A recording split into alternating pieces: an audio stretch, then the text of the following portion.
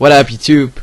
Now you'll see gameplay from the multiplayer maps from Annihilation, and well, this video is uploaded by BTech, so if this video is not on the screen of that, it's fucking...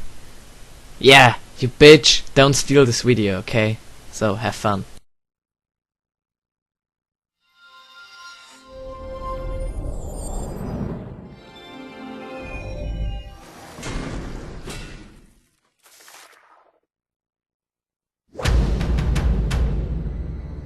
Welcome everyone to an Annihilation edition of Insider Moves. That's right, we're diving headfirst into all things related to the new Call of Duty Black Ops add-on, available June 28th on Game Marketplace.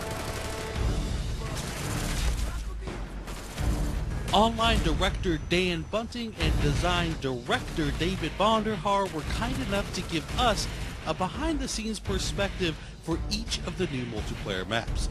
Now we begin with Drive-In, which took its inspiration from one of Black Ops' most popular maps. Normally in a small map, or a medium-sized map, it's actually very difficult to create multiple independent battle spaces. But this, in the drive-in movie theater screen is kind of the anchor of that map, and you can even get up on it to see Overwatch on one side, right? So you get this really cool kind of vibe, kind of storming over the drive-in screen or outside the edges in these kind of independent, and they're not even themed really for the most part, how concrete themed they are for how medium-sized that map is. We were really kind of taking inspiration from Nuketown. Nuketown was a super successful, highly popular map within the community because it's very fast and frenetic. It's a small map. You're always going to be in a battle within a couple of seconds of spawning. So we wanted to get that kind of feel, but not make it so small, because small maps tend to make very challenging spawning scenarios. And now we move on to Silo, which Dan and David described as Annihilation's rule breaker map, where they played with creating a very large but very fast-playing map by experimenting with intersecting sight lines.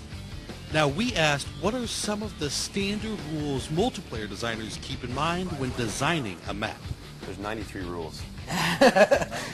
So the rules topic, actually, we're not so super hardcore that there's a checklist and you make the map and you're like, yep, you can ship this map.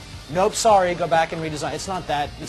But there's some well-established, pretty well-known conventions about what it means to design the maps, and you got to adhere to these kinds of things. And it's largely a training tool that we're using to kind of keep people on the same page and provide some consistency in the experience, right? We want you to be in a fight really quickly, but we don't want you to take damage or die within 3 seconds of spawning. This stuff's hard to actually do in practice, right? Anybody can be anywhere in the map at any given point in time. The rules really, they're guiding principles for best practices for design lessons that we've learned in the past. We learn the rules so that we can break them in creative ways, and that's really what we've always set out to do. But the rules are just there to kind of get people to understand the basic principles of good map design, and once they've mastered that skill from a designer point of view, then they get really clever and creative about how they break those rules, and that's what makes maps have personality and flavor. And next, we turn our attention to Hazard. There's a really good story behind Hazard, and it's a map that started with actually something that the fans asked for, which we gave them, but not exactly what they were thinking we would do it. I mean, from the early days, we knew that we wanted to do one of our favorite maps from World at War, and we love Cliffside. Cliffside in World at War was one of those great maps where it's a community favorite. It's got some very unique engagement types. It's a long-range engagement map, wide open, kind of bowl-shaped in the middle. We completely reimagined it, though, for Black Ops. It's set in Cuba. It's a very high-end luxury kind of golf course resort locale right on the ocean. We actually rebuilt it with the design in mind and the layout in mind. So there's a lot of similarity to the old map and how it plays. There's going to be a sense of familiarity with fans, but it's very different. It also has its own unique flavor.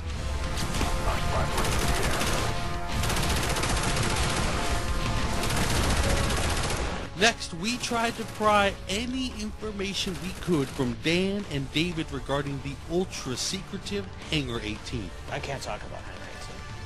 It's classified.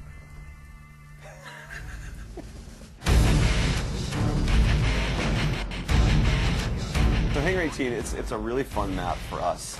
It's based in the Area 51 setting in Nevada, the government top secret test site. Hangar 18 is the most famous hangar of that area. It's set in Groom Lake.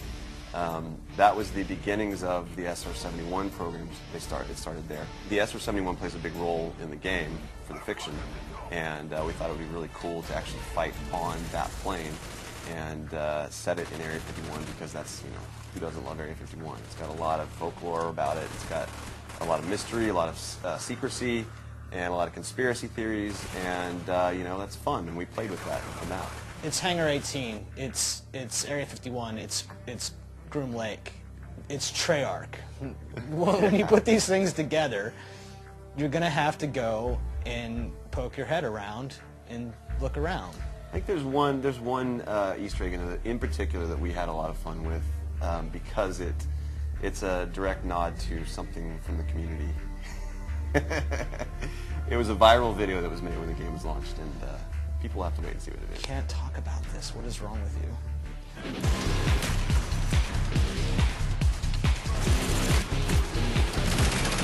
We hope you enjoyed this preview of all the multiplayer maps for Call of Duty Black Ops Annihilation game add-on.